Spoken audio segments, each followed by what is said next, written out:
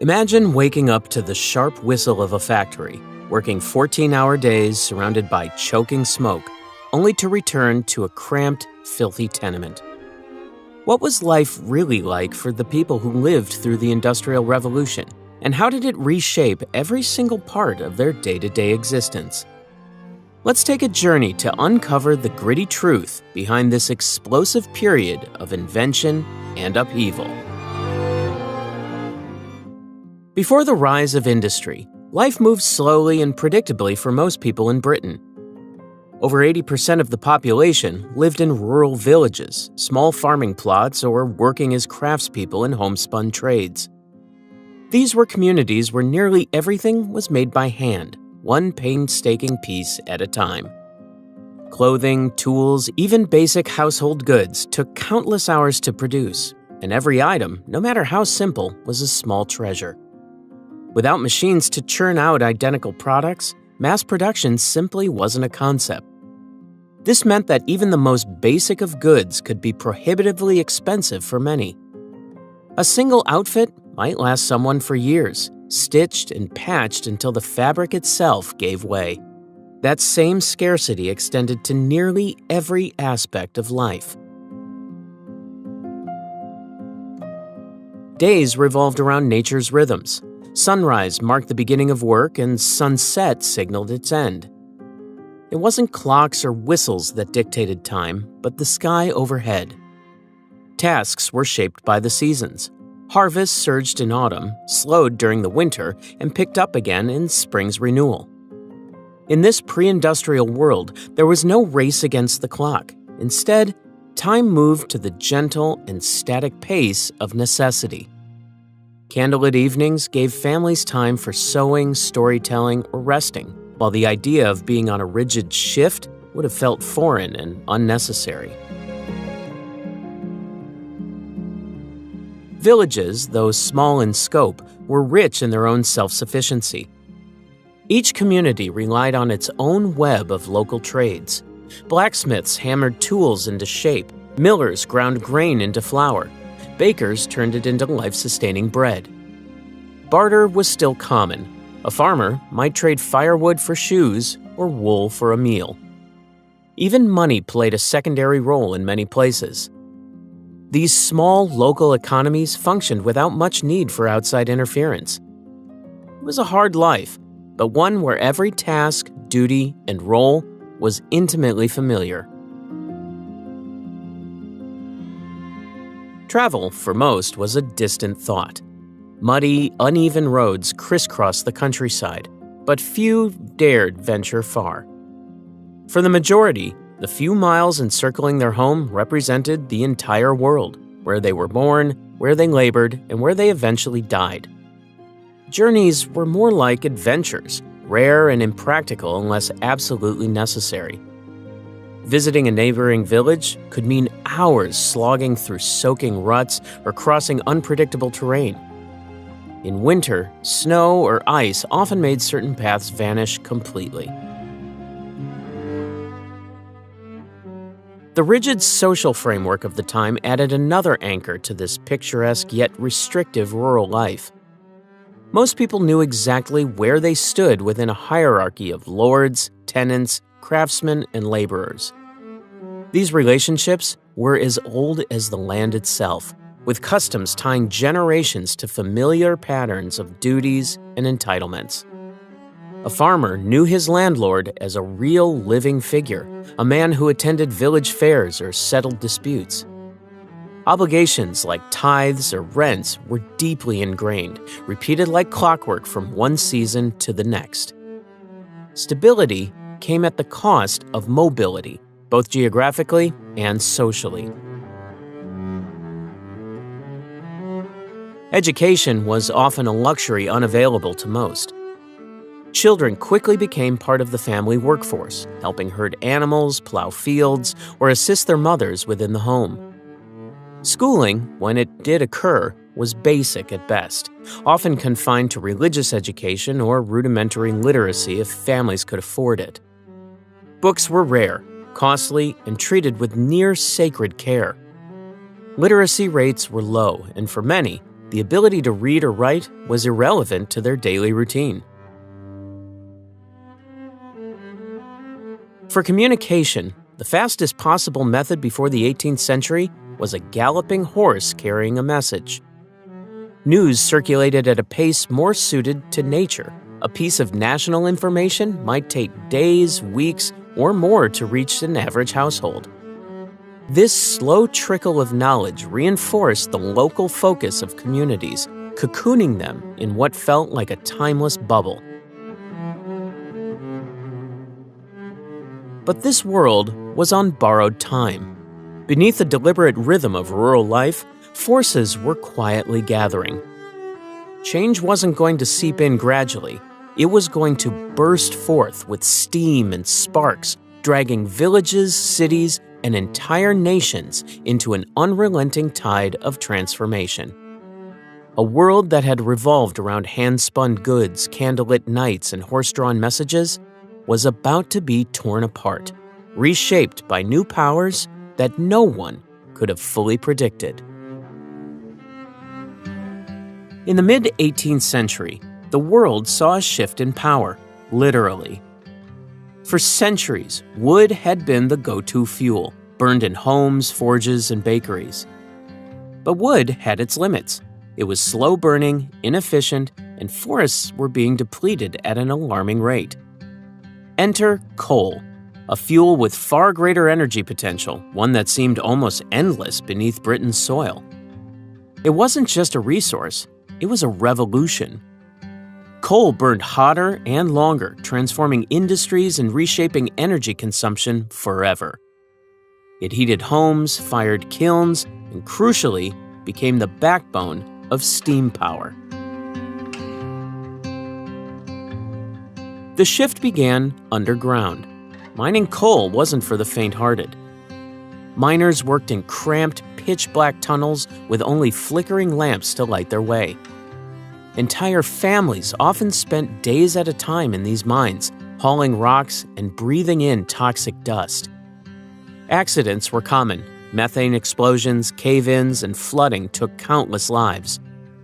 And ironically, early steam engines were designed to pump water out of these dangerous flooded coal mines, allowing for even deeper digging. Machines mined the very substance that fueled them. It wasn't until James Watt entered the picture that the potential of steam was truly unleashed.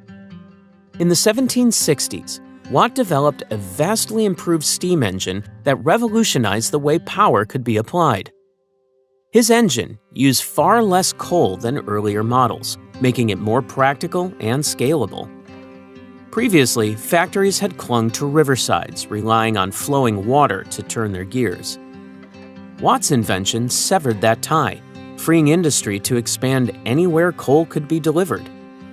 Factories quickly became fixtures of towns, spreading far from rivers where nature had once dictated their locations. Watt's design was so significant that today, every light bulb or power drill you use is measured in his honor, the Watt.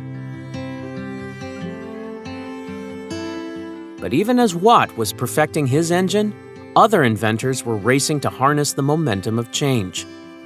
Richard Arkwright's spinning frame transformed textile production, using water or steam power to spin yarn more efficiently than human hands ever could. John Kay and James Hargreaves added their own innovations with the flying shuttle and spinning jenny, machines that allowed one worker to produce the work of several. Together, these inventions laid the groundwork for mechanized manufacturing, opening the floodgates to large-scale factory production. For the first time, humans weren't bound by the limits of their strength or skill. Machines took over tasks that had once required endless hours of manual labor.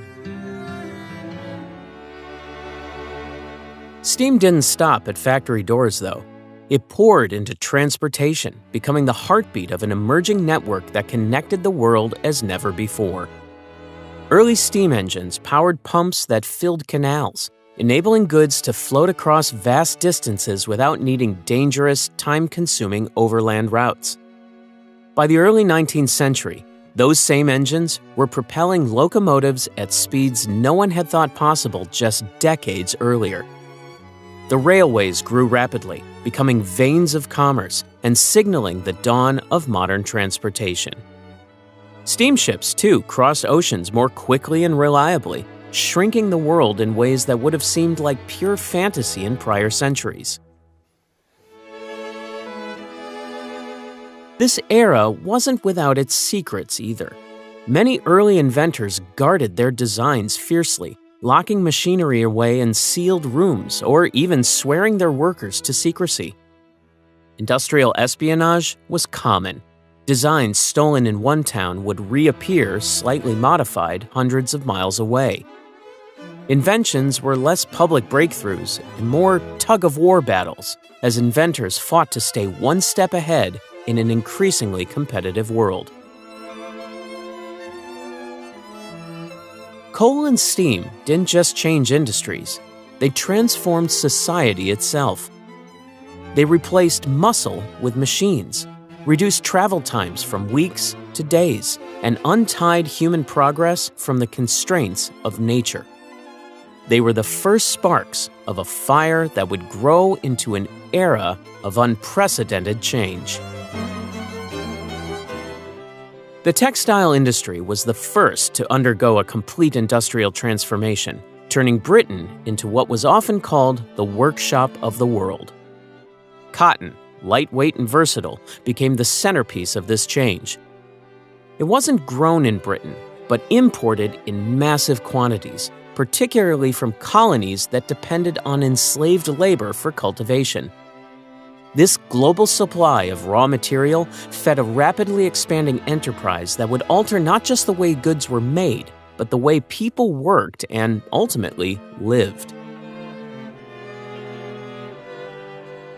Before the Industrial Revolution, textile production relied on the putting out system, where rural families spun and wove fabric in their homes. It was slow, meticulous work, with one family producing only small amounts of yarn or cloth over time.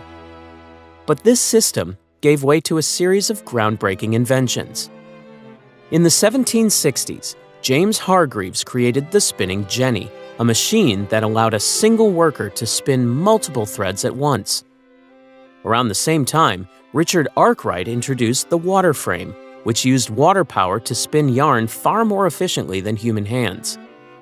These innovations culminated in the invention of the power loom by Edmund Cartwright in the 1780s, mechanizing weaving itself and transforming what had been a manual craft into an entirely machine-driven process.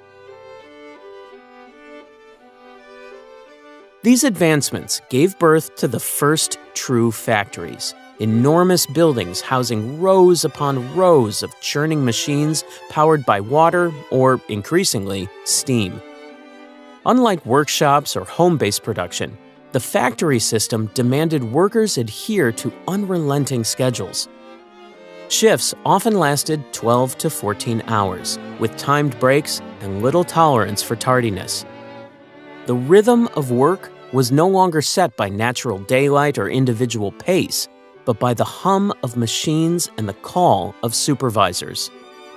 This marked the beginning of a structured work culture that revolved around fixed hours, a precursor to the modern concept of a shift.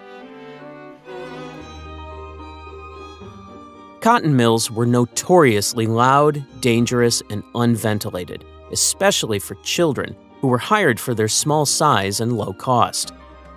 Despite these dangers, factories became central to the economy. By 1830, Britain was producing half of the world's cotton cloth, much of it manufactured in cities like Manchester. Manchester's growth as a textile hub earned it the nickname Cottonopolis, a title that reflected not only its dominance in the industry, but also the staggering scale of production. The city was a symbol of industrial ambition, connecting global markets and cementing Britain's position as a manufacturing powerhouse. However, this success came at a human cost, and the roots of that cost stretched far beyond Britain.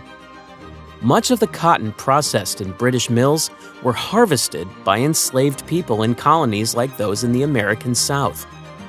Entire families in Britain worked themselves to exhaustion spinning and weaving cotton, while countless others across the Atlantic endured unimaginable violence to supply the raw material. Every thread spun in the mills of Manchester or Leeds was tied to this brutal global system, reshaping the very fabric of the industrial economy.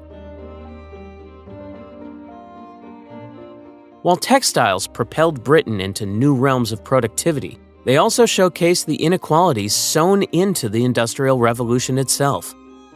The innovations that drove the industry forward came on the backs of those who had the least power: children, women, and the enslaved. Yet, those same innovations also set the stage for a world where machines took center stage, leaving the era of slow, home-based production in the dust. The Industrial Revolution was not only powered by steam and coal, but also built with iron and steel. These metals became the cornerstones of machines, railways, bridges, and ships.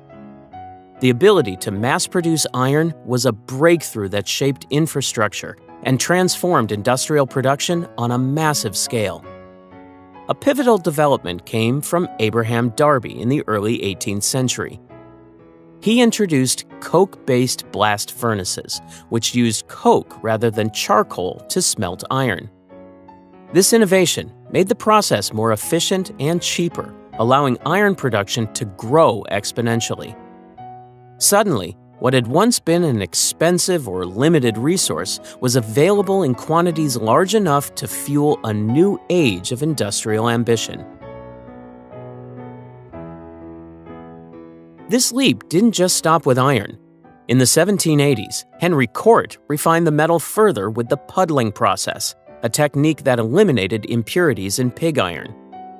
What emerged was wrought iron, stronger, more malleable, and ideal for products that demanded both flexibility and durability. By the mid-19th century, steel started to eclipse even this. Innovations like Henry Bessemer's steel converter in the 1850s turned molten iron into steel more efficiently than ever before.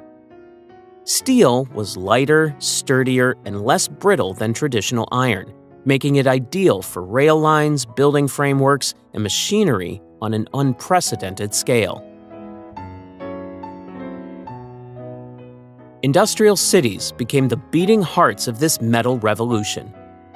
Sheffield, already known for its cutlery, became a hub of steel production, churning out everything from surgical instruments to heavy machinery.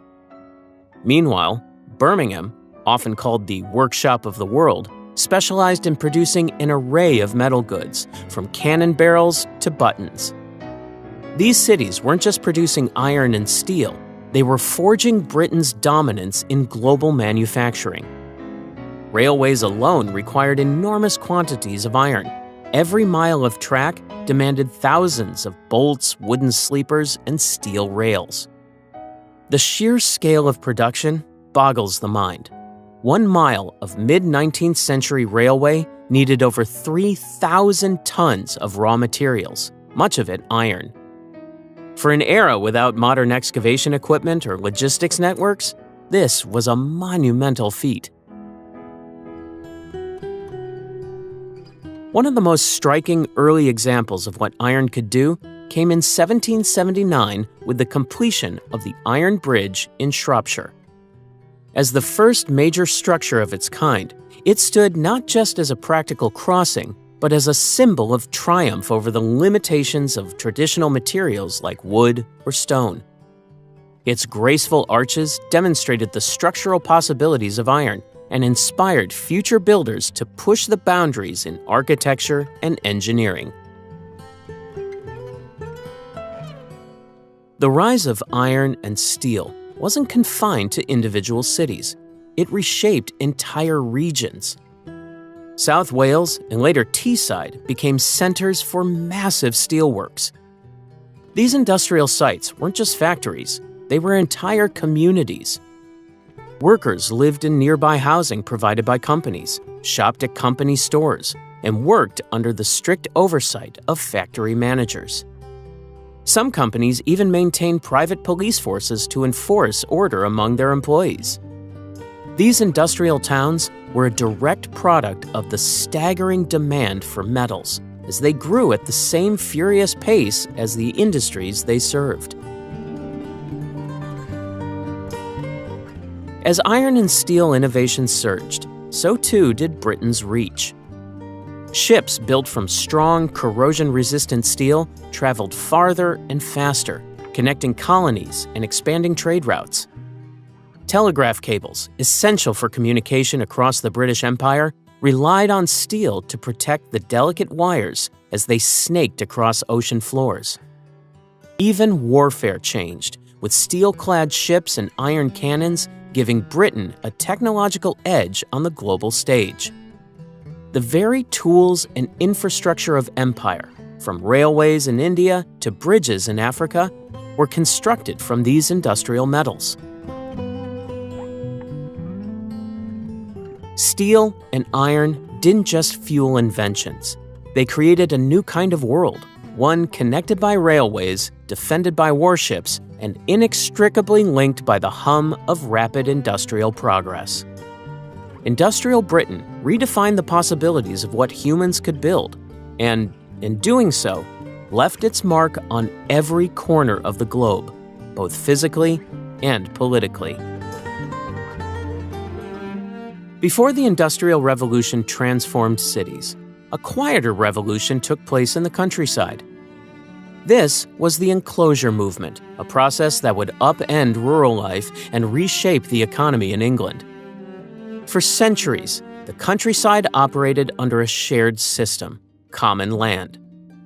Villagers grazed animals on shared pastures, grew crops in open fields, and utilized communal woodlands for firewood or foraging. The communal nature of this system preserved not just livelihoods, but also a strong sense of community. This way of life, centuries old, began to disappear as wealthy landowners consolidated common land under their private ownership. Enclosure wasn't a single event, but a long, piecemeal process that accelerated dramatically during the late 18th and early 19th centuries. Landowners enclosed fields with fences, hedges, or stone walls, literally carving up open spaces into private property for more efficient farming. Many of these appropriations were formalized through parliamentary enclosure acts, which gave the wealthy legal backing to claim common land. From the 1760s onward, the British Parliament passed thousands of these acts, often without much consideration for the rural poor, who lacked both property and a voice in the political process. It was, for the rich, a logical step toward modern agriculture. For those in traditional villages, it was a crisis. Enclosure brought sweeping economic change by increasing agricultural efficiency and turning land into a commodity. Larger, enclosed fields allowed landowners to introduce new machinery, improve crop rotation methods, and maximize profits. Outputs soared, feeding the growing urban population. But progress came at a heavy cost. Farmers who had once worked their own small plots or utilized common grazing land lost access. Their livelihoods vanished along with the open fields. In the eyes of many, enclosure wasn't just about hedges and fences. It erased a way of life and fragmented communities. With common rights revoked, traditions like gleaning, where the poor collected leftover grain after harvest, disappeared overnight. Families evicted from communal land flooded into towns and industrial cities in search of work. This displacement helped turn the rural poor into a new industrial workforce. The very people once tied to village life became the hands and backs that powered Britain's factories. A social order that had been tied to the land for centuries was uprooted, forming the beginnings of what we recognize today as a working-class population. The phrase, "the rural poor became the urban proletariat," captures the seismic shift. The once familiar village hierarchies of landlords, tenants, and laborers were replaced by the impersonal structures of industrial capitalism. Resistance to enclosure was not uncommon. Some villagers organized acts of defiance, tearing down fences and hedges under the cover of night in what became known as hedge wars. These small, often desperate rebellions reflected the deep resentment of those left behind by the movement. But such uprisings rarely succeeded. By 1850, over 7 million acres of common land, nearly 1/3 of Britain's farmland, had been enclosed. This marked one of the largest forced redistributions of land in European history, altering not just the physical landscape, but the very fabric of rural society. While enclosure is often seen as an agricultural reform, it was equally a social revolution. Beyond shifting land ownership, it concentrated wealth in the hands of a few, created pockets of surplus labor for industrial cities, and cemented the concept of private property as the dominant norm. The phrase, "the rich man's fence is the poor man's prison," captured the bitterness felt across the countryside, where once open horizons were now marked by boundaries and barriers. What was framed as progress cut deeply into the roots of rural tradition and community life, leaving a legacy that shaped Britain's transformation from agrarian to industrial society. By the mid-19th century, Britain's cities were swelling at a pace that few could have imagined just decades earlier. The Industrial Revolution triggered a massive migration from rural villages to urban centers teeming with factories and workshops. By 1850, for the first time, more than half of Britain's population lived in cities. Manchester, Birmingham, and Glasgow, among others, exploded in size, often doubling or even tripling their populations in just a few decades. This rapid urbanization brought unprecedented challenges, as these cities were built primarily to serve industry, not the people who flooded their streets. Housing became a race against demand. Hastily constructed tenements went up row after row, often packed so tightly that sunlight never touched some streets. Builders focused on quantity over quality, leading to overcrowded conditions that were barely livable. Entire families were crammed into single-room apartments that lacked adequate ventilation or plumbing. Sanitation was almost non-existent in these areas, with many households sharing a single outdoor privy. Waste often overflowed into courtyards or alleyways, contaminating the water that people relied on for drinking, cooking, and cleaning. Disease followed soon after, spreading rapidly through dense and unsanitary neighborhoods. The air itself was another constant threat. As factories burned coal day and night, their chimneys belched thick black smoke that blanketed entire cities. Cities of smoke became more than just a phrase. It was a reality that enveloped both the architecture and the people. Buildings grew grimy with soot, laundry turned gray before it dried, and lungs bore the brunt of the pollution.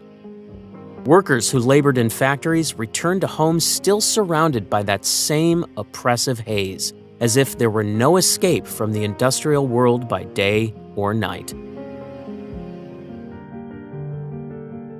Water, essential for life, became its own hazard in industrial cities. Rivers that once flowed clear now ran black with industrial waste and human sewage.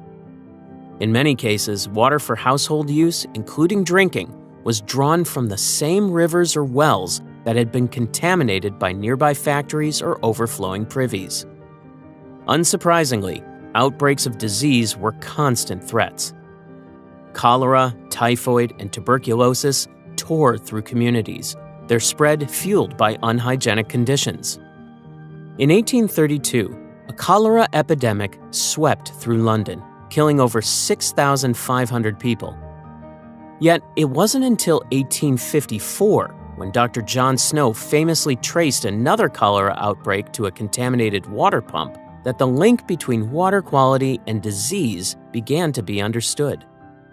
His work marked the early days of public health science, though significant reforms were still far off.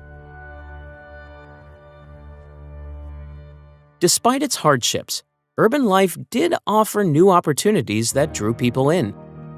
Cities provided a freedom from the rigid social structures of rural England. Workers found anonymity in the crowded streets and began to experience the first glimpses of a wage economy where their labor earned cash rather than barter. Urban centers also became hubs of culture and entertainment, offering pubs, theaters, music halls, and eventually newspapers. Still, these freedoms were tempered by the harsh realities of poverty, isolation, and rising crime. For many, the promise of the city quickly gave way to its darker truths. Even small indignities illustrated the struggles of life in these industrial centers. For instance, in some cities, workers were forced to pay for access to public toilets. Those who couldn't spare the fee used alleyways instead, compounding already dire sanitary conditions. In this way, the industrial city was both a place of opportunity and a crucible of suffering. It stripped away many of the comforts and rhythms of pre-industrial life in its pursuit of unprecedented productivity and size. Urbanization didn't just reshape where people lived, it fundamentally redefined how they lived. It brought new social dynamics, new challenges, and new systems for navigating life in a world increasingly driven by machines and profit. The modern city, with all its innovation, inequality, resilience, and unrest, found its roots here in the smoke-filled streets of Manchester, Birmingham, Glasgow, and beyond. Factory life meant clocking in to a reality that was entirely new to those who had grown up working the land. Time itself became a rigid, mechanical force. The sun no longer dictated when work started or ended. Instead, the factory bell ruled over every minute of the day. Workers were expected to be on the shop floor precisely when their shift began, with no exceptions. Arriving late, even by a matter of minutes, often meant docked wages or outright dismissal.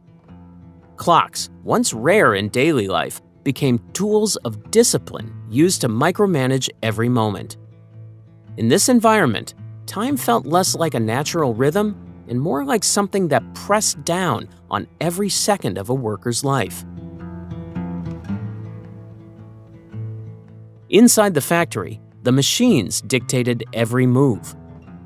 Unlike the slow, seasonal pace of agricultural life, there were no natural pauses in this world. The machinery kept running, unyielding and unforgiving, setting a pace far faster than most humans were used to. Breaks, when they came, were short and strictly scheduled. The grind wasn't just physical, it was psychological. Time no longer felt like it belonged to the workers, but to the machines and the factory owners who controlled them. Factory rules enforce strict discipline on the shop floor. Talking or even making eye contact could result in fines. Overseers or overlookers patrolled constantly to maintain order. Children, who made up a large part of the workforce, were seen as easier to control and more likely to endure harsh treatment without protest. Their small hands served the machinery, but their silence served the system. In many factories, the atmosphere was one of constant tension. The system valued obedience far above skill, as unskilled laborers were cheap to train and easy to replace. This made many workers feel dehumanized, seeing themselves as nothing more than interchangeable cogs in a much larger machine. Supervisors and factory owners viewed workers through this same lens. For them, discipline was efficiency, and efficiency meant profit. Factory schedules didn't end when the sun went down. Machines needed to keep running, so many factories operated on relay shifts. Workers rotated day and night, handing off the machinery to the next shift without ever letting it stop. These relentless schedules left many laborers exhausted, barely able to return home, eat, and sleep before returning for their next shift. In one infamous mill, workers were fined for having dirty hands, a punishment that seemed absurd given the constant exposure to oil and grime from machinery. It was a reminder that in this environment, perfection was demanded, even when it was impossible. The factory wasn't just a place to make goods. It reshaped how people lived and worked. It introduced a strict regime of time, surveillance, and productivity that many had never experienced before. This discipline carved the foundations for the modern concept of work, where hours were measured, breaks were minimal, and people labored under forces far beyond their own control. Factory life, though efficient, was relentless, offering little room for individuality or humanity. It was not just an industrial system, it was a reordering of daily life itself.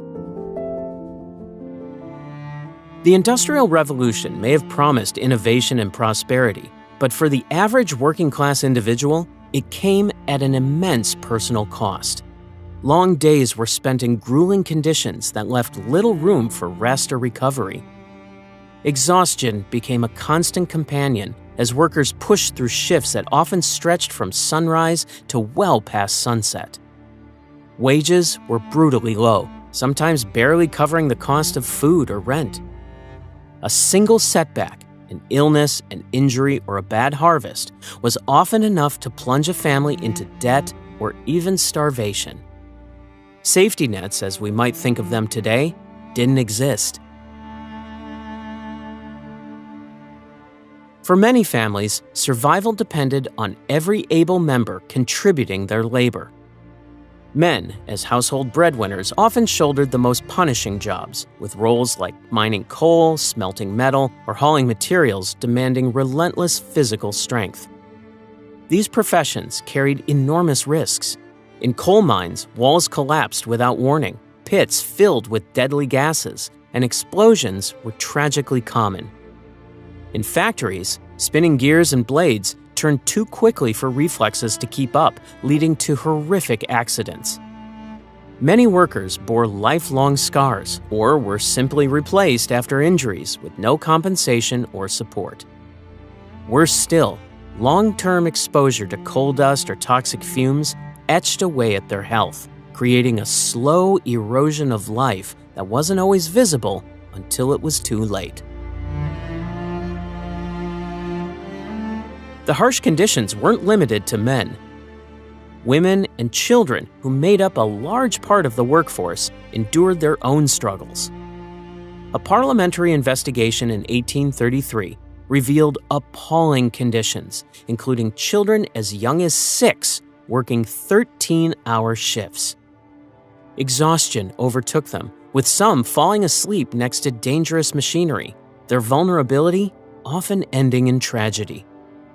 Employers saw these young workers as cheap and efficient, their ability to squeeze into tight spaces around machines or carry loads too light for adults exploited to the point of collapse. For these children, what little childhood they might have had was consumed by the endless rhythm of factory life. Even outside of work, there was little relief. Leisure activities for many workers revolved around the local pub, one of the few escapes from the grinding monotony of industrial life. Alcohol often served as a brief respite, a way to blunt the emotional and physical toll of their daily experiences. But this coping mechanism soon sparked moral debates. The emerging middle class viewed the working poor's drinking habits with suspicion, criticizing what they saw as wastefulness and immorality. Far from understanding it as a symptom of desperation, they used it as a way to further stigmatize the laboring population. This grim reality was compounded by systemic inequalities within the workplace. In some factories, employers refused to pay workers in legal tender, instead issuing tokens or vouchers that could only be spent at the company-owned store.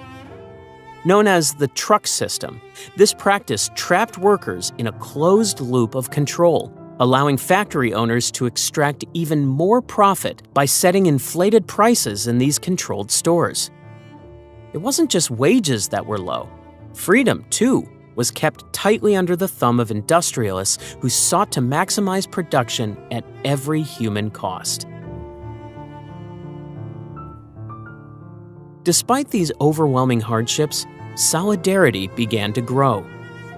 In crowded neighborhoods, workers formed close bonds, leaning on one another for mutual aid. Friendly societies and informal support networks emerged to provide small insurance schemes or assistance during times of crisis. These communities filled the gaps left by indifferent factory owners and a government slow to respond to industrial-era suffering. Such environments sowed the seeds of what would become class consciousness. Workers began to see themselves not just as individuals struggling to survive, but as a class united by shared struggles. Over time, this unity would ignite movements for reform, from early trade unions to strikes and protests demanding better wages, shorter hours, and safer conditions. The relentless grind of factory life built the backbone of an industrial economy, but it also revealed how far the balance of power had tilted against laborers. This burden, while profoundly oppressive, ultimately gave rise to a new sense of identity and purpose among the working class, the first sparks of labor reform and resistance in the modern age. The Industrial Revolution didn't just change how goods were made, it demanded new ways to move them. Factories churned out immense quantities of products, and getting them to growing markets required faster, more efficient transportation. Britain's medieval roads, often little more than muddy paths carved by use, weren't up to the task. So came the rise of turnpike roads, built and maintained by private companies that charged tolls at gates along the route. These toll roads were an improvement, providing smoother, maintained surfaces that made travel and transport quicker. For many, though, the toll system felt like a tax on mobility, an added cost for anyone trying to move goods or themselves from one place to another. While better roads helped, their limitations were obvious when it came to moving heavy industrial materials like coal or iron. This brought canals into the picture. Canals were essentially man-made rivers, carefully engineered to connect key industrial areas with markets and ports. They could handle far heavier loads than carts on roads, and goods transported by water moved smoother and at a fraction of the cost. The Bridgewater Canal, completed in 1761, was one of the earliest examples of how effective canals could be. It connected coal mines in Worsley to the thriving industrial center of Manchester, cutting the price of coal in the city by nearly 50% overnight. Businesses quickly realized the potential of such waterways, and a flurry of canal building followed, creating an extensive network that crisscrossed the country. But it was the railway that truly revolutionized transport. In the 1830s, steam locomotives began to haul goods and passengers at unprecedented speeds. The opening of the Liverpool and Manchester Railway in 1830 stunned the world, as people witnessed trains traveling up to 30 miles per hour, an astonishing leap from the pace of horse-drawn carts. More than a marvel, this railway marked the beginning of commercial rail travel, And it was soon clear that steam engines could move far more goods faster and cheaper than any canal or road ever could. The railway slashed travel times and reshaped the British landscape. Towns previously isolated from commerce became bustling hubs. Rural areas were suddenly connected to growing industrial cities and overseas markets, weaving Britain into a more integrated economic system. The expansion of the railway industry was a monumental achievement, but it came at enormous labor demand. Thousands of workers, known as navvies, dug tracks, built tunnels, and laid rails through hills, fields, and valleys. Many of these navvies were Irish laborers or displaced rural workers, enduring grueling conditions for low wages. Their efforts resulted in a truly staggering network of tracks. By 1850, Britain had more than 6,000 miles of railway connecting cities, industrial centers, and ports. Steam engines, like George Stephenson's pioneering the rocket, became icons of progress. Designed for speed and power, the rocket won the Rainhill Trials in 1829, achieving a top speed of 29 miles per hour, marking a critical moment in locomotive history. For the public, trains brought both excitement and fear. The sound of a locomotive thundering through a countryside village was otherworldly, almost terrifying. Early passengers were warned against sticking their heads from train windows, with some people fearing high speeds might cause their lungs to collapse. Travel became not just faster, but accessible, opening opportunities for people to visit cities, explore new regions, or move for work, all things considered rare luxuries in earlier centuries. But for industry, the railway meant something even more vital: unlimited movement of goods, efficiently and relentlessly fueling the ever-hungry industrial economy. By linking factories, markets, ports, and people, transport revolutionized not just where goods went, but how fast industry itself could grow. Roads and canals laid the foundation, but the railway became the steel backbone of Britain's dominance in the industrial age. The Industrial Revolution wasn't just a mechanical transformation. It turned the structure of society on its head. In the previous centuries, your place in the world was largely determined by hereditary rank: nobles, clergy, peasants. But as factories sprang up and cities expanded, entirely new classes emerged.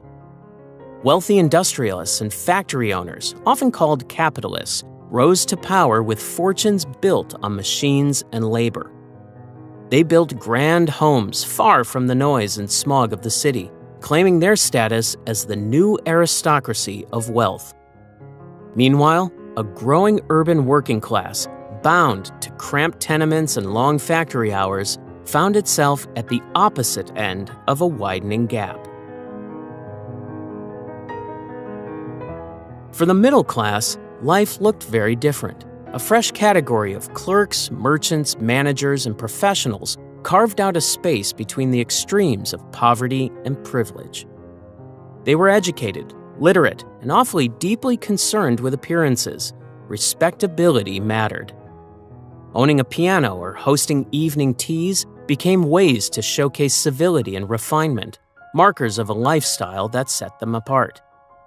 Their homes reflected this: tidy, private spaces centering on the nuclear family, with a husband earning wages, a wife maintaining the home, and children raised under the watchful eye of discipline and moral strictness. Yet this idyllic image didn't reach working-class households. For laboring families, survival meant everyone worked, and that included women and children.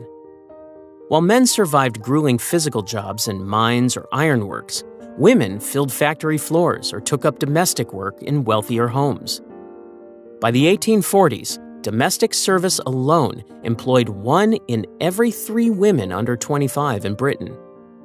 Despite how critical their wages were to family survival, their contributions were labeled secondary. Women were seen as supplemental earners, not primary providers, leading to their wages being lower than men's for the same grueling work. Gender roles grew sharper as industrial life advanced. For middle-class women, the expectation was clear: embody moral virtue, safeguard the family's reputation, and raise children. Ideals neatly summarized in the phrase, angel in the house. Yet, in working-class homes, women didn't have the luxury of idealized domesticity. They worked, cared for children, and balanced household duties, navigating a daily grind that blurred all notions of leisure or personal advancement. Factory jobs, often described as employment for the nimble, exploited both their size and endurance without offering upward mobility. As discussed earlier, children became part of the factory system early in life. Families depended on every member's earnings just to survive. Children were often assigned small, hazardous tasks in factories from an early age. Even as the working poor lived these harsh realities, the new middle class prided itself on decorum and culture. Calling cards, corsets, and even dance lessons became essential symbols of refinement. The difference was stark. A middle-class girl might practice her piano scales in a parlor, while a working-class girl of the same age would likely already be clocking hours in a textile mill. The concentration of wealth and poverty, side by side, highlighted inequalities sharper than ever before. Factory owners flaunted their success, living on estates just outside the chaos of industrial towns, while their workers slogged through soot-filled streets. Progress had never made divisions this visible. The Industrial Revolution rewove the threads of social roles, class relations, and family expectations in ways that would ripple for generations. Yet, while it created a middle class obsessed with its own respectability, it also built the foundation for future challenges to the social structure it had birthed. The new roles that emerged out of necessity were already starting to show the tensions of a changing world. Britain's industrial rise wasn't contained within its own borders. It reached into the farthest corners of the globe, building an empire not just to rule, but to feed its insatiable hunger for resources. The raw materials that powered British factories were not products of its own soil, but came from a web of colonial outposts. Cotton shipped from plantations in India and the American South fueled the nation's booming textile mills. Caribbean sugar sweetened British tables as well as profits, while Southeast Asia's rubber and China's tea made their way into every facet of industry and daily life.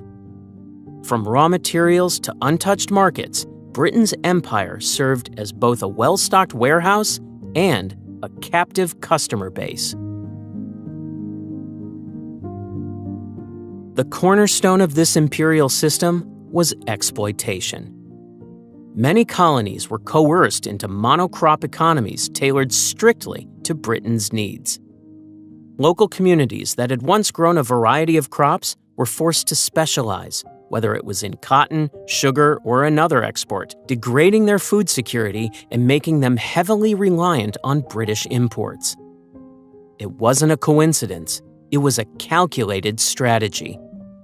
The colonies became economic gears in a larger machine, producing resources for Britain while simultaneously consuming the goods manufactured for them at prices deliberately skewed in favor of the mother country.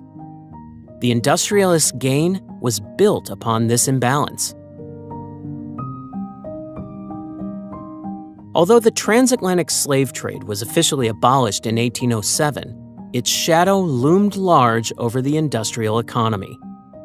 Cotton, one of Britain's most profitable industries, still arrived largely from the slave-powered plantations of the American South. The exploitation didn't end with emancipation. Systems of coerced labor and extractive industries continued to pump colonial wealth into British hands.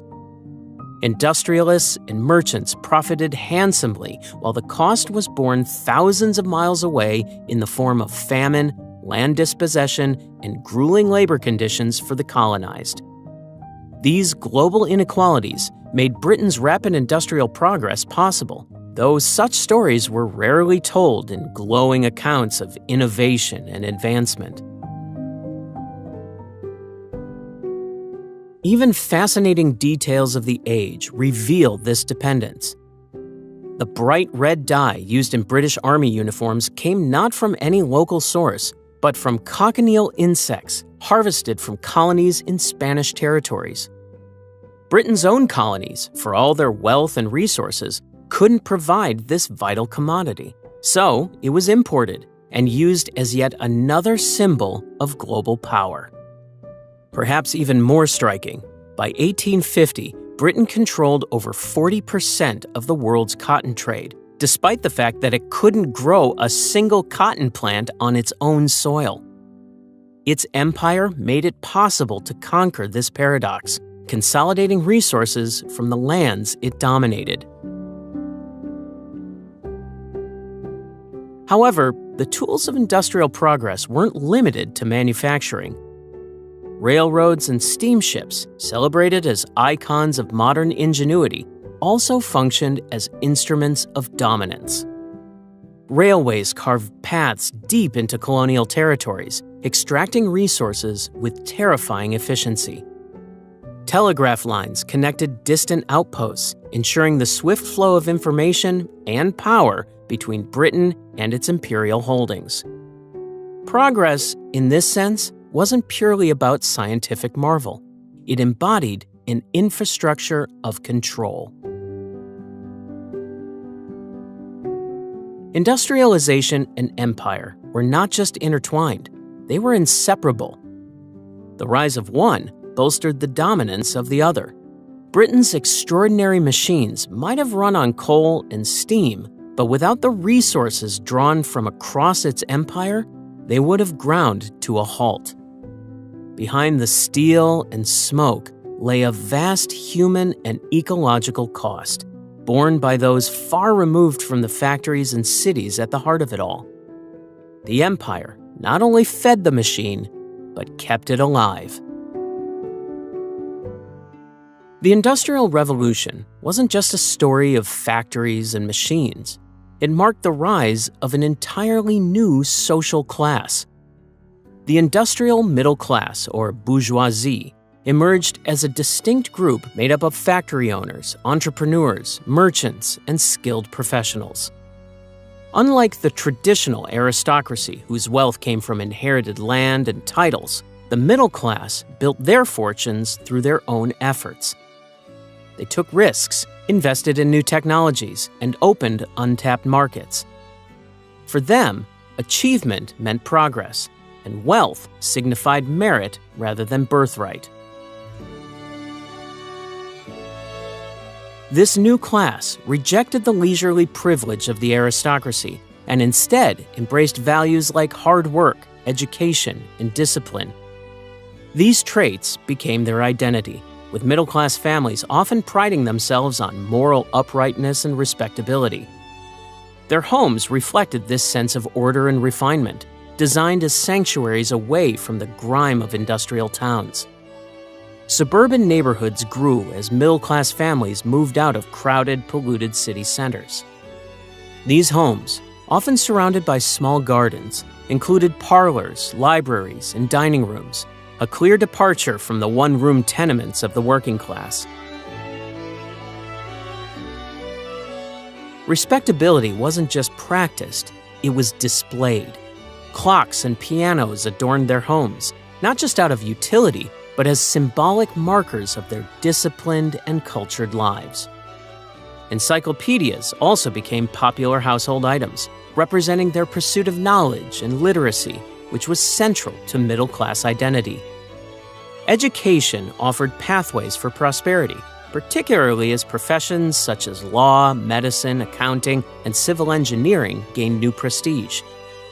These careers required training and expertise, offering a way for the middle class to separate themselves both from the industrial labor force and the aristocracy. This class also shaped new gender expectations. Middle-class households revolved around a clear separation of public and private life.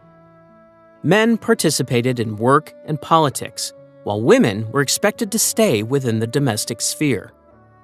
They were seen as the caretakers of morality and home life, often referred to as angels of the house. Their role extended beyond maintaining the household. They symbolized the family's respectability. In this era, a tidy home run by a virtuous wife became as much a mark of success as a growing business. While middle-class women were tasked with creating an air of refinement and stability, working-class women were tethered to a harsher reality of factory labor and household survival. The difference spoke volumes about class distinctions during the period. But for those who belonged to the industrial middle class, their new wealth provided them with access to cultural institutions, social clubs, and leisure activities that reinforced their status. Public exhibitions and fairs became popular, giving them an opportunity to celebrate their achievements.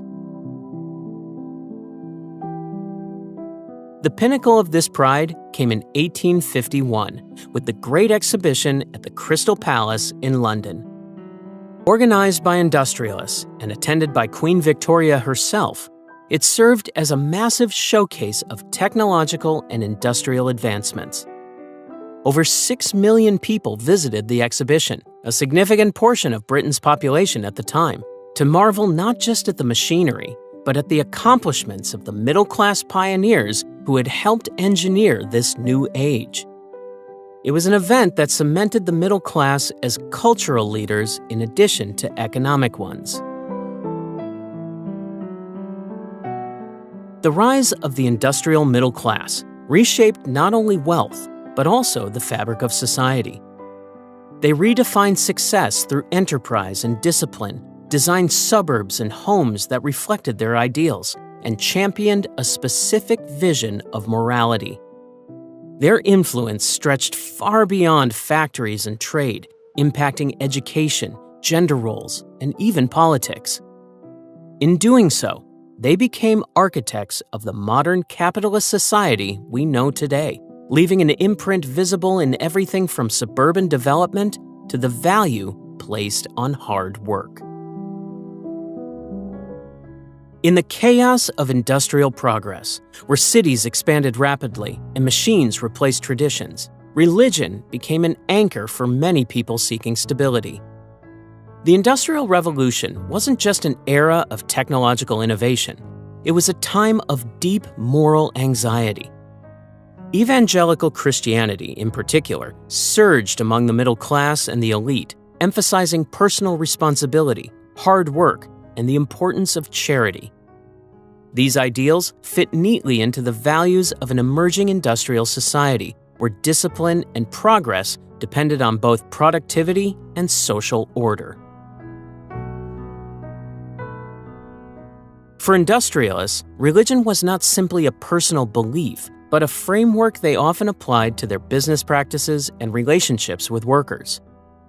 Many factory owners believed it was their duty to improve the lives of their employees, though not necessarily by offering better pay. Instead, they invested in what they viewed as moral and religious uplift. This often took the form of model villages, temperance societies, and educational initiatives.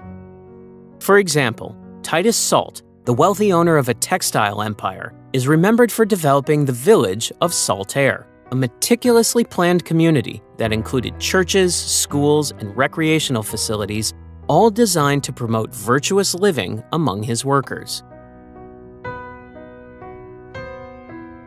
Philanthropy blossomed in this era, fueled as much by status as by humanity. Men like George Cadbury, the chocolate magnate, financed housing and recreational facilities for workers, while Angela Burdick Coutts, heir to an enormous banking fortune, became known for building schools and endowing institutions to help alleviate poverty. However, philanthropy was often guided by a mixture of generosity and fear. Many wealthy industrialists feared the unrest brewing in overcrowded, poorly managed cities. Alcoholism, crime, and the threat of worker rebellion weren't just personal concerns. They were seen as risks to the stability of the entire social order. Supporting Sunday schools or building temperance halls wasn't just charity, it was also preemptive. Religious reformers didn't just focus on education, they also sought broader societal changes. William Wilberforce, one of the leading evangelicals of his time, worked tirelessly to end the transatlantic slave trade, linking the values of faith and morality to significant legislative victories. The abolition of slavery, factory reform, and even public health initiatives often had their roots in the efforts of devout reformers who blended their religious convictions with political activism. Organizations like the Salvation Army, founded in 1865, also turned belief into action. Using military-style uniforms and discipline, they ventured into the slums to fight poverty and alcoholism while spreading Christian doctrine. They saw themselves as foot soldiers in a spiritual battle, taking on the vices and struggles that plagued industrial cities. This direct public engagement showcased how religion had stepped out of the pulpit and into the streets, aiming to shape society during a time of immense upheaval. By the end of the Industrial Revolution's peak, it was clear that faith wasn't merely about personal salvation. It was a force that influenced education, housing, labor relations, and the dynamics of industrial life itself. For many, religion provided comfort and guidance, but it also acted as a tool wielded by the powerful to preserve order and promote their vision of moral progress. In cities filled with smoke and suffering, the influence of faith left an indelible mark on the era's social structure. The Industrial Revolution brought remarkable technological leaps, but it revealed a glaring problem. Modern industry required workers who were literate, numerate, and able to follow the strict discipline of factory routines. Early industrial Britain, however, had no national education system to prepare its workforce. For the working classes, schooling, if it happened at all, was patchwork. Many children learned the basics in charity schools, small local institutions funded by religious or philanthropic efforts. For others, Sunday schools, where Bible lessons doubled as their only exposure to reading or arithmetic, were the closest thing to formal education. But for most poor children, work took precedence over learning. The lack of education viewed through the lens of the state posed its own risks. On one hand, an illiterate population threatened industrial and military efficiency. Ignorance on a mass scale undermined the very structure of progress. On the other hand, there was an equally strong fear of educating the poor too much. The prevailing concern among elites was that providing knowledge, especially about philosophy, history, and politics, might lead to radicalism. After all, teaching working-class children to read could mean giving them access to ideas that questioned the status quo. Education in this period aimed to mold moral, obedient workers rather than encourage broad intellectual growth.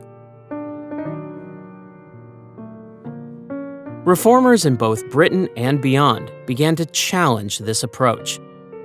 In the United States, Horace Mann championed the idea that free, universal education was essential for the survival of a democratic society. In Britain, Robert Owen, a forward-thinking industrialist, experimented with model schools for the children of his factory workers. Owen's schools offered not only reading and arithmetic, but also lessons in practical skills and character development, reflecting his belief in education as a right rather than a privilege. Yet, despite these efforts, national reform advanced at a snail's pace. The first real legislative move came from the Factory Act of 1833, which limited child labor and required factory owners to provide basic schooling for child workers under the age of 13. However, enforcement was weak. Without a national education system, the burden fell on factory owners, many of whom saw little value in spending money on what they considered non-essential. Children were often taught by poorly trained teachers in hastily arranged classrooms, learning just enough to follow instructions on the factory floor, but not enough to climb beyond it. The educational divide between classes deepened during this era. Middle and upper-class children received private tutoring or attended elite academies that offered classical education. These schools reinforced their place in society by teaching subjects like Latin, literature, and advanced mathematics, preparing them for leadership roles. Meanwhile, workers' children might be taught how to read a clock, a skill not for their own intellectual benefit, but to ensure they arrive to work on time. Industrialists, while initially indifferent, eventually saw the value in a more educated workforce, but their focus was narrow. Schools supported by factory owners often prioritized what we might call practical literacy: reading, writing, arithmetic, and industrial discipline. Critical thinking or a broader liberal education had no place in this vision. The goal was clear: education served the factory, not personal enrichment. Still, the situation remained dire for most children. By 1851, only about 30% of children in England and Wales attended any form of school regularly, and many had to leave by age 10 to earn wages. The scarcity of formal schooling is even more striking when remembering that these same children worked upwards of 12-hour shifts in dangerous conditions. For the poor, literacy was a luxury, not a right. Education during the Industrial Revolution often seemed less like a tool for empowerment and more like a cog in the industrial machine. It sought to create obedient workers, instill moral discipline, and bolster loyalty to a rigid social hierarchy. Though reformers like Owen and Mann planted seeds for broader change, these efforts reflected the slow march of progress. For most children, the lessons taught in cramped classrooms existed solely to prepare them for the relentless demands of the factory floor. The revolution outside the classroom had only begun.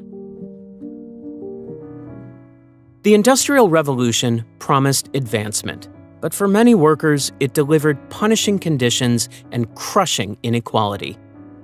For the people whose labors kept the factories running, frustration and anger turned into resistance. Workers were given no protections, no minimum wage, no regulation of hours, and no mechanisms to address grievances. Their lives were dictated by the factory bell, while employers viewed them as disposable. With no legal recourse and little hope for remedy, defiance often took radical forms: strikes, deliberate slowdowns, and even the smashing of the very machines fueling the industrial age. Among the earliest and most well-known movements of industrial resistance were the Luddites. Active between 1811 and 1816, these skilled textile workers had built their livelihoods on craftsmanship. They saw the new machinery, designed to automate weaving, as a direct threat, not just to jobs, but to the future of their trade. When factory owners chose profit over people, the Luddites fought back, raiding mills and smashing frames as a last-ditch effort to defend their way of life. But the government treated their resistance as treason. Soldiers were sent in to crush the rebellion. Arrested Luddites faced transportation to penal colonies, lengthy prison sentences, or execution. What started as a cry of desperation led to brutal suppression, with the British government devoting more troops to fighting the Luddites than to its campaign against Napoleon in Spain at the time. Despite these harsh responses, unrest among industrial workers grew. By the mid-1800s, strikes became increasingly common as people began to organize more formally. Early trade unions, when they first emerged, were outlawed.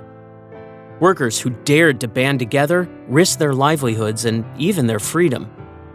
The 1834 case of the Tolpuddle Martyrs underscored these dangers.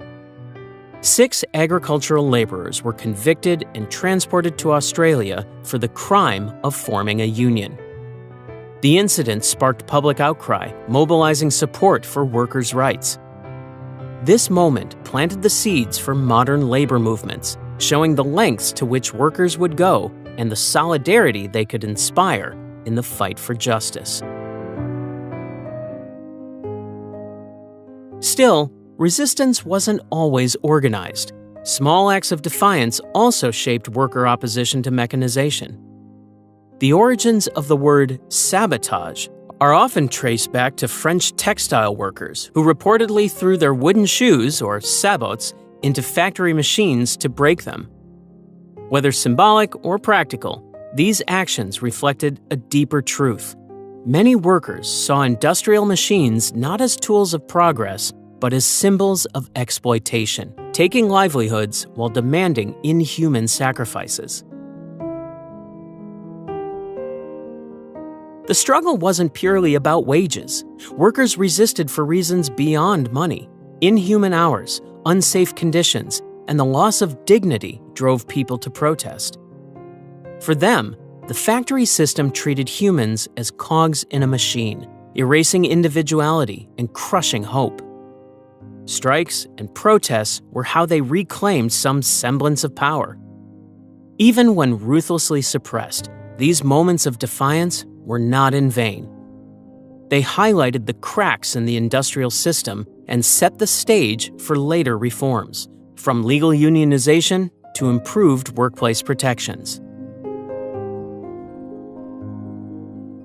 The legacy of workers' resistance during the Industrial Revolution is profound. It demonstrated that collective action could challenge the unchecked power of factory owners and governments alike. Far from fading into obscurity, these struggles laid the foundation for the labor rights and protections we recognize today. Even amidst the towering machines and relentless production lines, workers made it clear they would not be silenced. As the Industrial Revolution gathered steam, cities swelled with workers, factories multiplied, and the air grew thick with change. With this rapid growth came new challenges, and the state responded by focusing on control. Managing the chaos of industrial society required a legal framework, not just to protect lives, but primarily to safeguard property and keep workers in line. The result was a system that heavily favored those at the top: factory workers, industrialists, and landlords. Workers, on the other hand, found themselves increasingly criminalized. At the heart of this system was the harshness of early 19th century law. Known as the Bloody Code, this set of criminal laws saw over 200 offenses punishable by death, including surprisingly minor crimes such as stealing a loaf of bread. For a poor family on the brink of starvation, theft might seem like survival, but the legal response was unyielding. Punishments were designed to be harsh, not only to reform the individual, but as a warning to others. While factory owners abusing and endangering their workers faced little oversight, workers committing even minor infractions risked prison or worse. The growing cities required more than just courts and laws, they needed enforcement. Before the Industrial Revolution, local watchmen handled policing, But the explosion of urban populations and rising unrest outpaced this informal approach. In 1829, Sir Robert Peel established the Metropolitan Police, Britain's first professional police force, transforming law enforcement into a structured institution. Known as Bobbies after Peel, these officers aimed to maintain order in the unruly industrial hubs. More than just a safeguard against crime, the police became a tool for suppressing unrest, particularly among workers. Protests, gatherings, and union efforts soon became targets of state intervention. Prisons, too, were reimagined to align with industrial society. Reform movements emphasized discipline, silence, and labor, turning incarceration into a form of industrial control in itself. Inmates spent their days working under strict regimes, often producing goods for state or commercial use. Silence was enforced to encourage reflection and compliance, blending punishment with a model of factory-like structure. Institutions like Pentonville Prison adopted these principles, showcasing a wider effort to bring industrial discipline into every facet of life. For workers, resistance to these systems could mean dire consequences. The government took swift action against organized labor, with the introduction of laws such as the Combination Acts of 1799 and 1800. These acts banned unions and collective bargaining, making it illegal for workers to come together to demand better conditions or wages. Those who dared organize faced heavy fines, imprisonment, or even exile. Though repealed in 1824 after public pressure, the temporary ban cemented collective organization as a dangerous act in the eyes of the state. In some industrial towns, control extended beyond police and laws to the factories themselves. Company-owned police forces appeared in certain areas, patrolling both the streets and factory grounds. These private forces enforced not just local laws, but the rules of the employers, creating an early version of corporate surveillance. For example, workers attempting to organize or slow down production could find themselves blacklisted, shadowed, or simply removed from their jobs or homes. The brutality of the industrial legal system wasn't limited to Britain itself.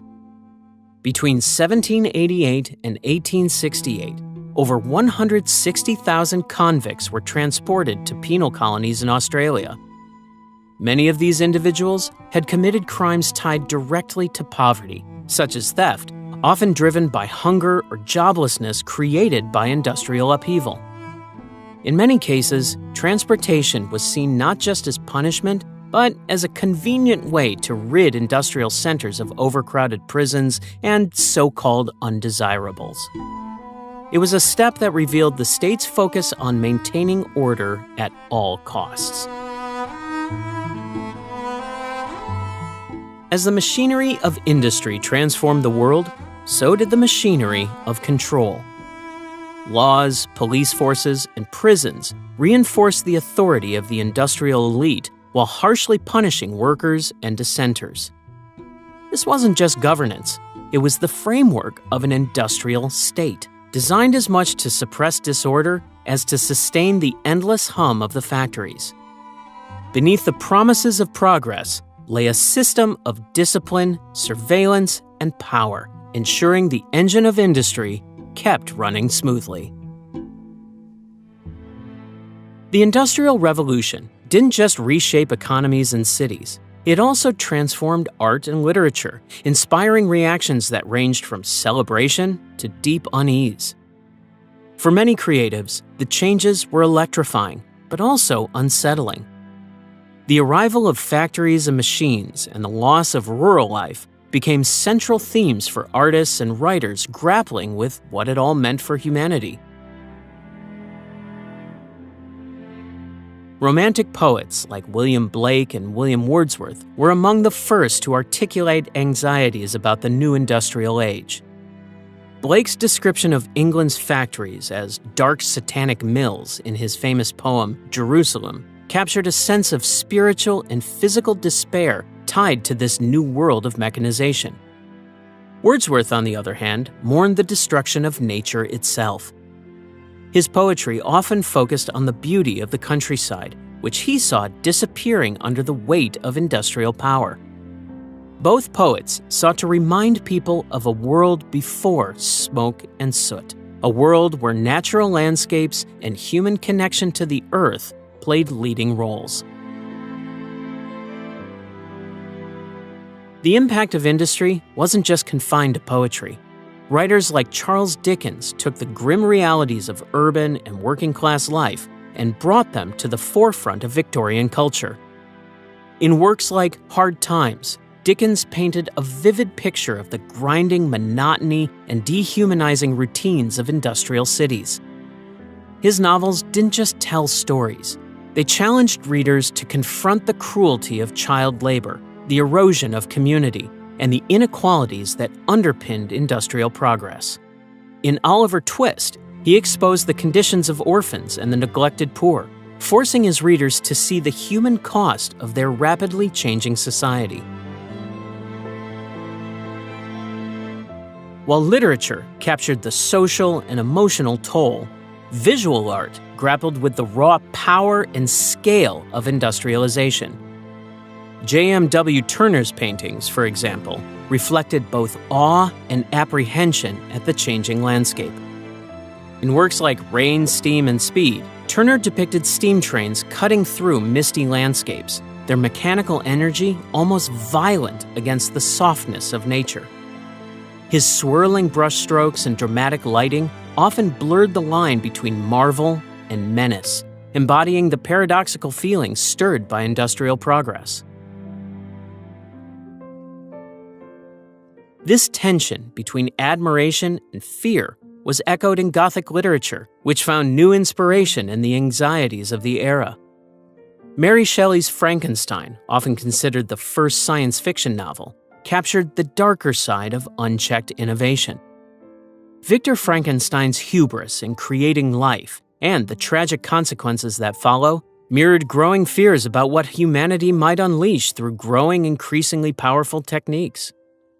The novel's exploration of isolation, ambition, and responsibility resonated deeply in an age where machines expanded human capability but also deepened social and environmental divides.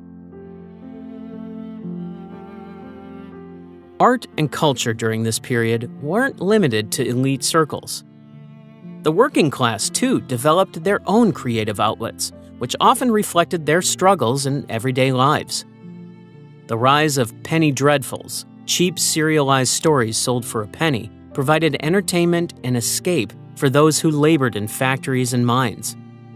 Protest songs and broadsides offered another way for workers to share their stories, documenting workplace grievances, community struggles, and hopes for change. Music halls became places for humor and satire, where performers poked fun at the realities of industrial life while offering moments of joy amidst hardship. Despite the weight of industrialization, art wasn't confined to despair. It also served as a tool for change.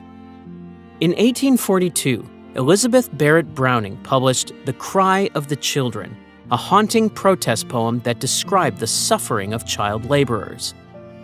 Its vivid language and raw emotion stirred public outrage, lending momentum to early child labor reforms.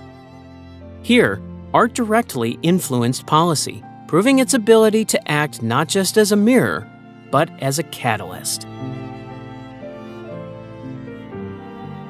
The Industrial Revolution wasn't simply archived through art and literature. It was questioned, shaped, and reimagined. Artists and writers gave voice to the human and emotional side of a world in transition. While industry restructured the external world, their works forced people to confront the internal, asking difficult questions about progress, morality, and what it truly means to be human. The Industrial Revolution wasn't just a turning point for human society. It was a profound assault on the natural world. The ceaseless hunger for energy, materials, and progress reshaped landscapes, blackened skies, and contaminated waterways in ways never before seen. Factories powered by coal pumped millions of tons of thick black smoke into the air. This wasn't the occasional puff of soot. It created a nearly constant haze over industrial centers. Cities like Manchester and Birmingham often endured skies so smothered with smog that sunlight struggled to break through. Air filled with carbon soot and sulfur gases hung over crowded streets, choking anyone who dared to inhale deeply. As smoke dominated the air, industrial waste found its way into waterways, turning some of Britain's cleanest rivers into toxic cesspools. Textile mills, for example, dumped dyes directly into streams, staining them vivid shades of blue and red. Tanneries added a potent mix of acidic chemicals to the flow, while human waste and refuse from urban areas completed the staggering pollution cocktail. Rivers like the Thames became unrecognizable. By the mid-19th century, stretches of the river had a stench so unbearable it earned a grim nickname, the Great Stink of 1858. The smell became so overpowering during a hot summer that it forced the British Parliament, which met nearby, to suspend its sessions. This moment of crisis finally spurred action, pushing the construction of a modern sewer system for London. The devastation extended far beyond the cities. Rural landscapes were transformed to meet the demands of a growing industrial economy. Deforestation accelerated as forests were cleared to make way for mines, railways, and expanding factory towns. By the time mining operations reached areas like South Wales and the Midlands, the earth itself became scarred with jagged openings where coal and other minerals were extracted. These pits left long-lasting wounds in the countryside, marks of the race for resources driving industrial growth. As land vanished to meet human needs, so too did habitats for wildlife. Birds and small animals that once thrived in woodlands and clear rivers saw their homes destroyed. Pollution and habitat loss caused entire populations to dwindle, showcasing another casualty of the era's relentless progress. Nature wasn't just altered, it was rapidly consumed, with little regard for replenishment or balance. Early critics of industrial expansion, like John Ruskin and William Morris, were quick to notice the destruction surrounding them. Ruskin, an art critic and thinker, lamented the ugliness of factories overtaking the countryside, calling it a degradation of the natural beauty that had once inspired artists and poets. Morris, a prominent designer and environmental advocate, argued for a return to craftsmanship and a rejection of industrialism's disregard for the land. For city dwellers, the environmental cost was impossible to ignore. The infamous London fog, long thought of as an almost mythical feature of England's weather, was less natural mist and more a toxic stew of coal smoke and pollution. In its most extreme cases, visibility dropped to just a few feet, and the air turned yellow or even black. In places like Manchester, soot was so omnipresent that homes needed to be repainted regularly. Many residents didn't bother repainting whitewashed walls. They simply painted them black to blend in with the grime. These problems weren't accidents. They were the inevitable results of an industrial system focused entirely on maximizing production. Smoke from chimneys, dyes in rivers, deforestation, and strip mining were never isolated issues. They were built into the foundations of industrial success. The revolution may have heralded an age of innovation and expansion, but it came at a cost that no one fully understood until the damage was done. Its legacy isn't just found in the machinery and the progress it left behind, but in the scars etched deep into the world it reshaped.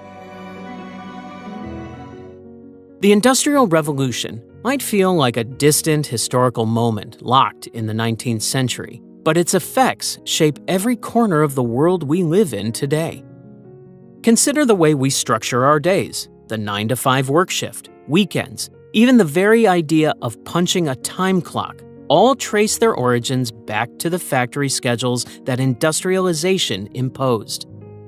Before this era, time was tied to natural rhythms, sunrise and sunset, seasons, or communal needs. But once factories became dominant, time itself was sliced into rigid schedules. Workers were expected to clock in and out, a practice that redefined not only labor, but life itself. Globally, the industrial economy that emerged from Britain's revolutionized model still forms the backbone of modern commerce. Mass production remains the engine of consumer culture, and global trade flows along routes shaped by colonial-era practices. The concept of large-scale industrial supply chains started with factories sourcing materials like colonial cotton or Caribbean sugar, and today, those same processes connect smartphones, clothing, and cars to consumers across the planet. The vast, energy-intensive systems that power this economy are direct descendants of the mills, forges, and engines first built in the 18th century. The social movements that ripple through our world today also owe their roots to this period.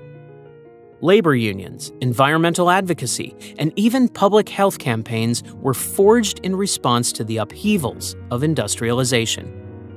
Workers' strikes calling for fair conditions evolved into global struggles for labor rights, while concerns about public health in smoke-filled industrial towns planted the seeds of modern environmentalism. Industrial cities exposed the fragility of human health in polluted environments, a warning that would echo louder and louder across centuries. One of the most pressing modern echoes of the Industrial Revolution is climate change.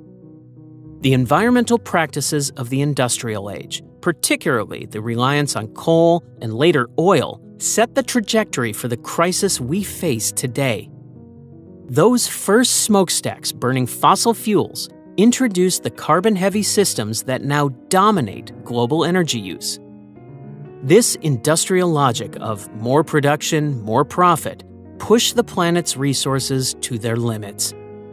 Today, as we grapple with rising temperatures, extreme weather, and resource shortages, it's clear the story of industrialization wasn't just about human progress. It came at a cost to the environment. Modern cities still carry the DNA of their industrial ancestors. The urban centers we know, dense, diverse, and powered by infrastructure, evolved from the industrial metropolises like Manchester, Birmingham, or Detroit. These cities became engines of opportunity, drawing millions seeking work and prosperity. Yet, they also reproduced the inequalities seen during the Industrial Revolution. Today's megacities, like Delhi or Sao Paulo, mirror these early industrial towns in their sharp contrasts, shining skyscrapers alongside sprawling informal settlements, wealth intertwined with poverty, opportunity next to adversity. In technology, the same questions sparked by the steam engine remain relevant as artificial intelligence and automation push boundaries. Machines of the 19th century were celebrated for their ability to conquer human limits, but they were also feared for their power to displace. Will technology liberate laborers by easing their burdens, or trap humanity in the same endless cycle of production? These questions, born in the Industrial Revolution, persist every time a new technology transforms our systems of work and life. Even as we look to the future, efforts to counterbalance industrial consequences are underway. Proposed carbon-neutral cities designed to reverse environmental damage highlight how we're still reckoning with industrialization's legacy. The lessons of past cities, unchecked growth, resource exploitation, and inequality continue to inform the planning of urban spaces made for the modern world. Incredibly, it's estimated that in just 250 years since industrialization began, humans have consumed more energy and altered more of the planet than in all of the rest of human history combined. The Industrial Revolution wasn't just a shift. It was a transformation of what it means to be human.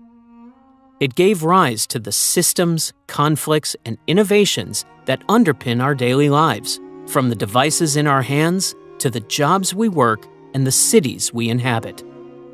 Its echoes aren't fading. They're growing louder as we face yet another era of profound technological and societal change. The revolution isn't over. It's evolving. The Industrial Revolution changed everything: work, cities, empires, and the planet itself. It brought innovation, connection, and power, but also inequality and environmental cost.